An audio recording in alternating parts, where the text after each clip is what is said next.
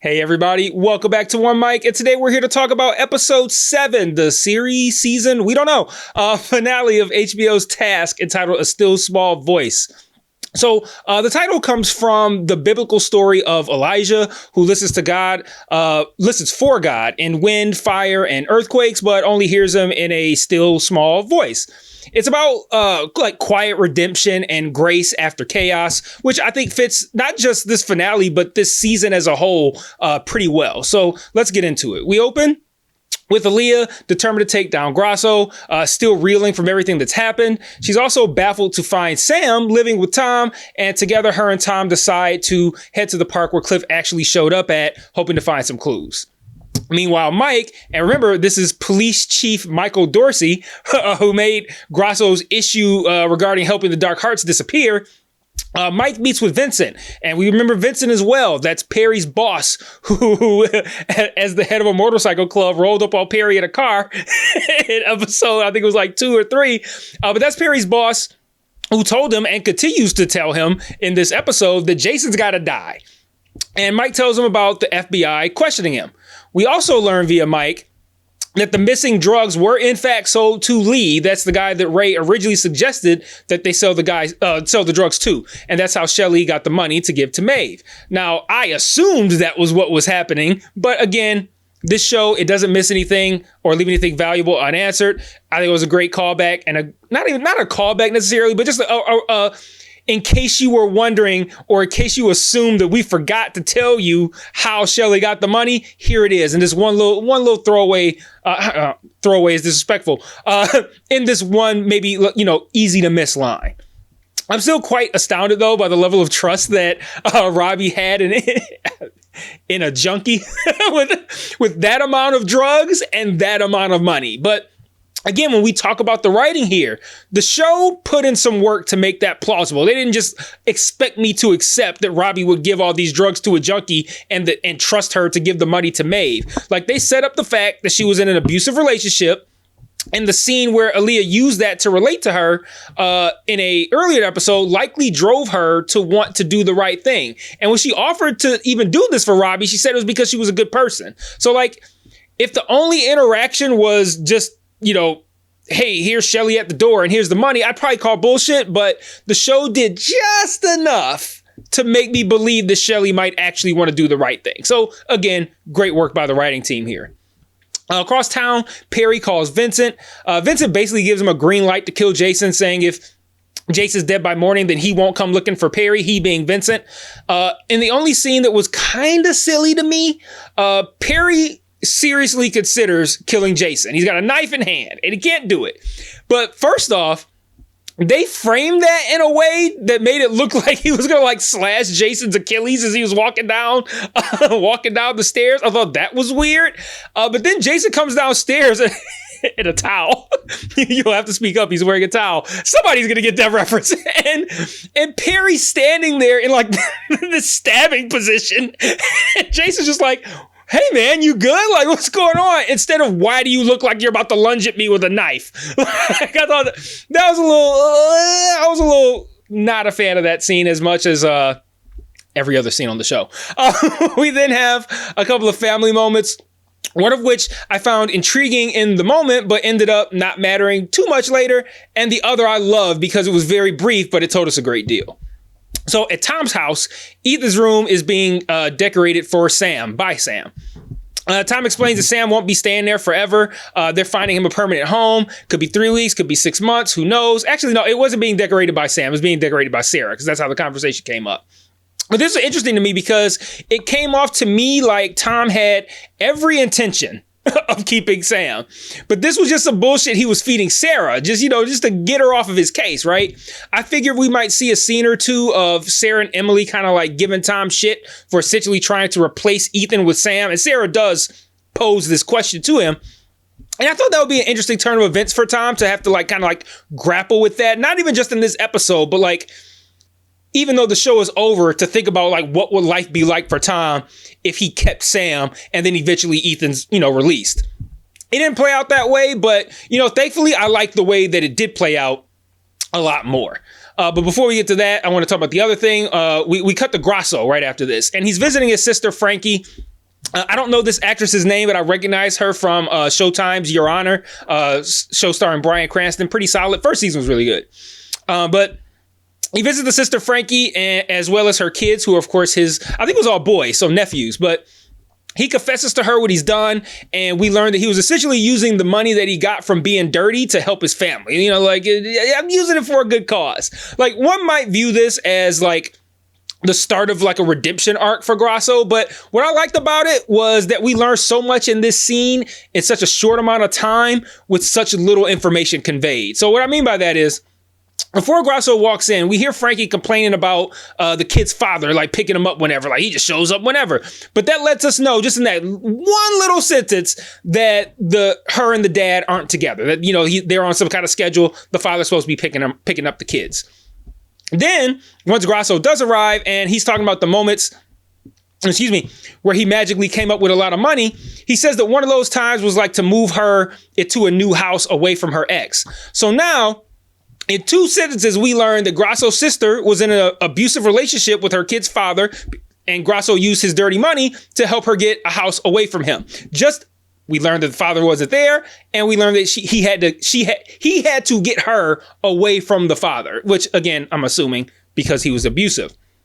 Whether or not this redeems him, totally up to the viewer. But from a technical perspective, like how I looked at it, I was very impressed with how much I learned about Grasso, his family dynamic, and how he moves within it.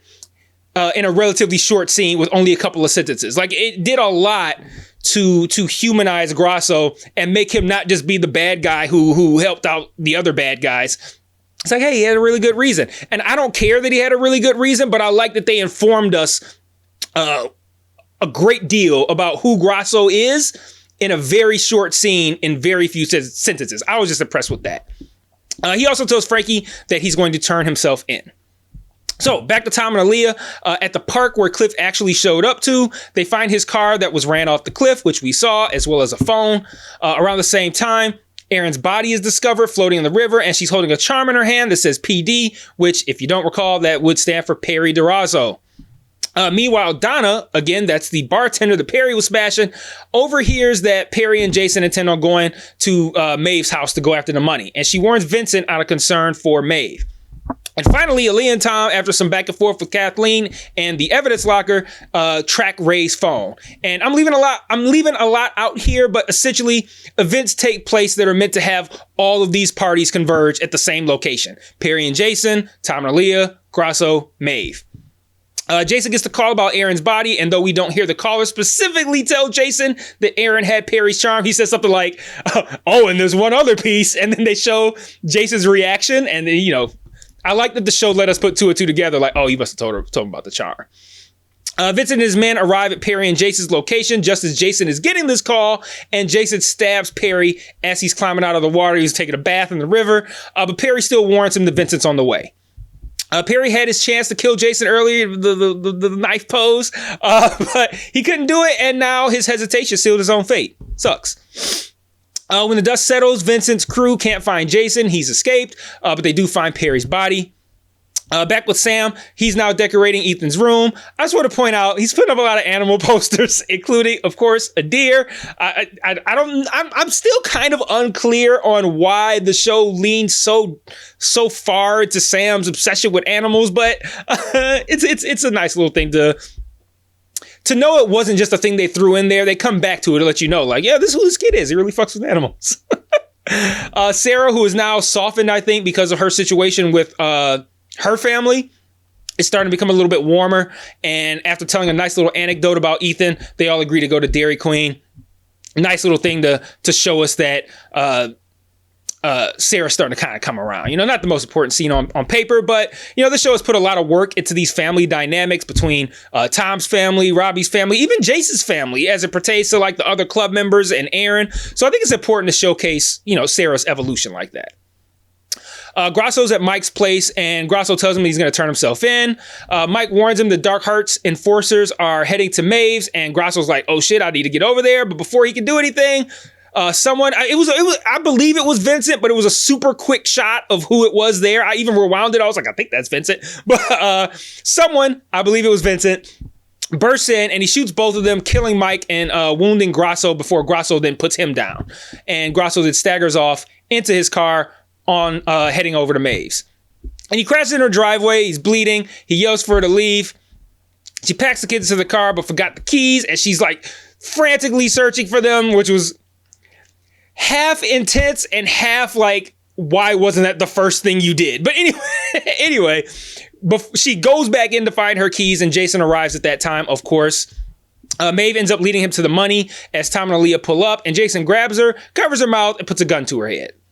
Now, I want to take a brief moment here to talk about the scene that led to Maeve hiding the money where she hid it.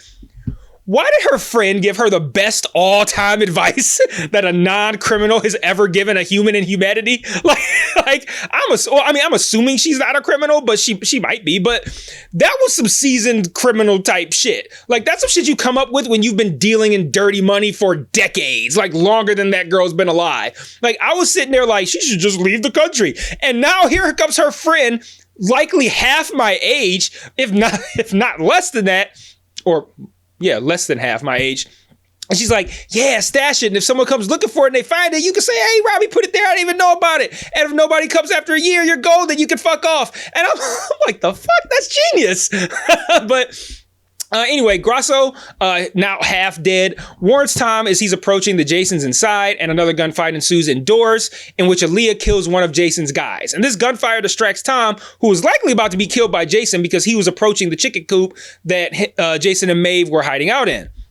But he goes back, Tom, to help Aaliyah. And in that time, Jason tries to escape with Maeve and all that chaos. And Grasso, who has somehow magically moved into the back seat of the car, despite being nearly dead, puts down Jason for good. And I feel like I'm not quite, like, I can't quite wrap my head around what the show was trying to tell me in this moment, because as Maeve and Maeve and Jason are moving away toward this car, and he's got, the gun to Maeve's head, Tom's going, following him, and he looks, or him or Aaliyah, they look and they see like Harper at some point. They see Harper, and then the next cut is when Grasso puts down Jason.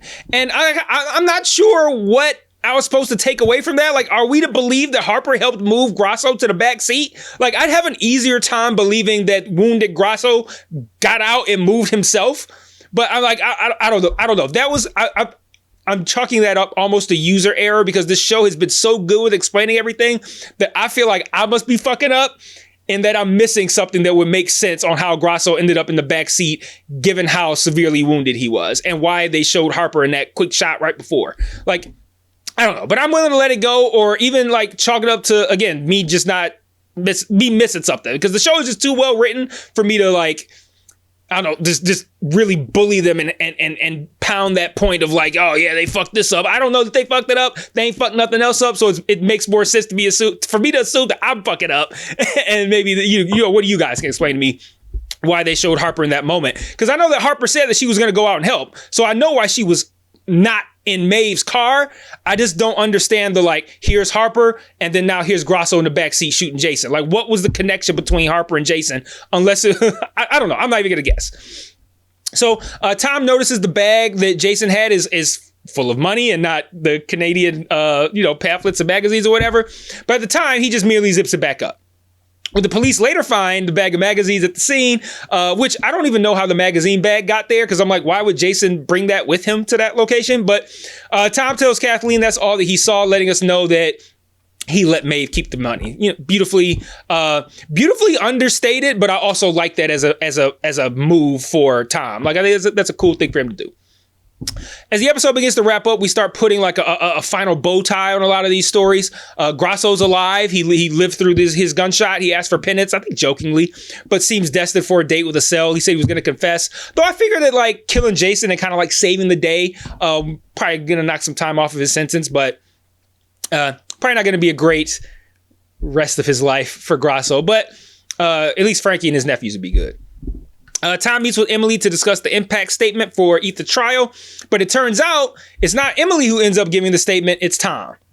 At court, Tom's speech, which, I mean, I've been talking about wanting to get to Ethan's trial since like episode 2 or 3, and it's like the last scene of the whole thing. But Tom's speech is incredible. He talks about raising Ethan, his mental illness, how bad it got, how it got better when he got on some meds, but then during COVID, the meds became difficult to get, the voices returned, and then that's how he ended up killing Tom's wife. And then Tom looks Ethan in the eyes and begs Ethan to look at him and tells him not to live with any shame anymore, calls him his son, says that he forgives him, tells him to come home as soon as he's released. It's like, it's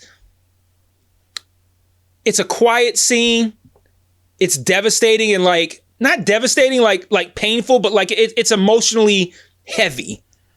And it's healing. It's a perfect kind of like, the episode title, A Still Small Voice. Like after all of the shit, that was that still small voice after all the chaos. So, shout out to the episode title.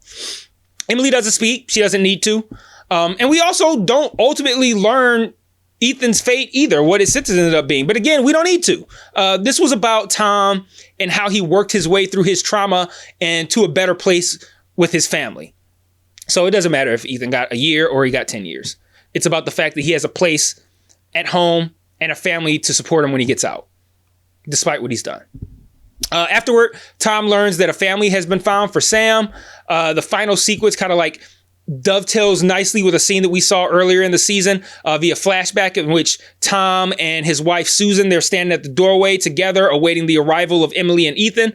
This time with this scene, this dovetailing scene, it's now Tom, Emily, and Sarah standing in the doorway waiting as Sam's new family arrives to come pick him up. Nice scene.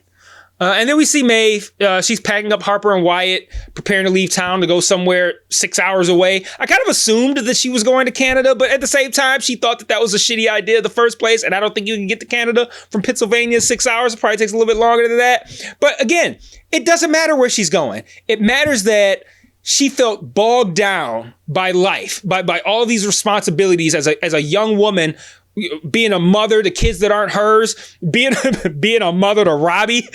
And so it matters. It doesn't matter where she's going. It matters that she's getting a new start at life with this money, whether she can possibly begin to enjoy, because she could use this money to at least alleviate some of the burden that comes along with raising these kids. It could just be a little bit easier, fresh start, new location, doesn't have to worry about money and getting by. So, it matters that Maeve's going to get a chance at a decent life, when I think Maeve, at the start of the season, didn't believe that was a option for her. And the episode in the season ends with Tom seeming to finally be at peace as he, looks out over his garden. It's the perfect closing image. Again, quiet acceptance after a storm. But just to wrap up, the finale was outstanding. Everything mattered. Every thread was tied off. The action scenes were rare, but when we got them, they were great, and their rarity made them powerful. If I have one nitpick, it's that the ending here kind of had that almost like the Return of the King vibe, how it had it seemed like it was about to end 7 times and just didn't. But that's not a critique, really. Each of those miniature endings mattered. So it's more of an observation, really, than a complaint. But the cast, unbelievable. Mark Ruffalo anchored it with a quiet strength, as he does in virtually everything that he's in. Todd Pelfrey continues to prove that he's one of the best actors on television. Emilia Jones as May brought so much grounded emotion. And even Fabian Frankel, yes, Kristen Cole, as Grasso, he absolutely crushed it too. So, Task one of the best written shows of the year, in my opinion, and one that I enjoyed every minute of watching. I'm definitely going to find a place in this for my top 10. It's going to find a strong place, probably in the top 5. But let me know what you thought about the finale. Let me know what you thought about the episode. I have another video coming, a season wrap-up video that I'm going to drop. I don't know, probably in a day or two. Probably, give this one some time to sit. I'll probably drop that on Friday or something like that. Just a little season recap talking about why I thought the writing was so good. So look for that coming soon. Like the channel, subscribe, share to your social media, join the Discord, join the conversation. And until the next show, peace.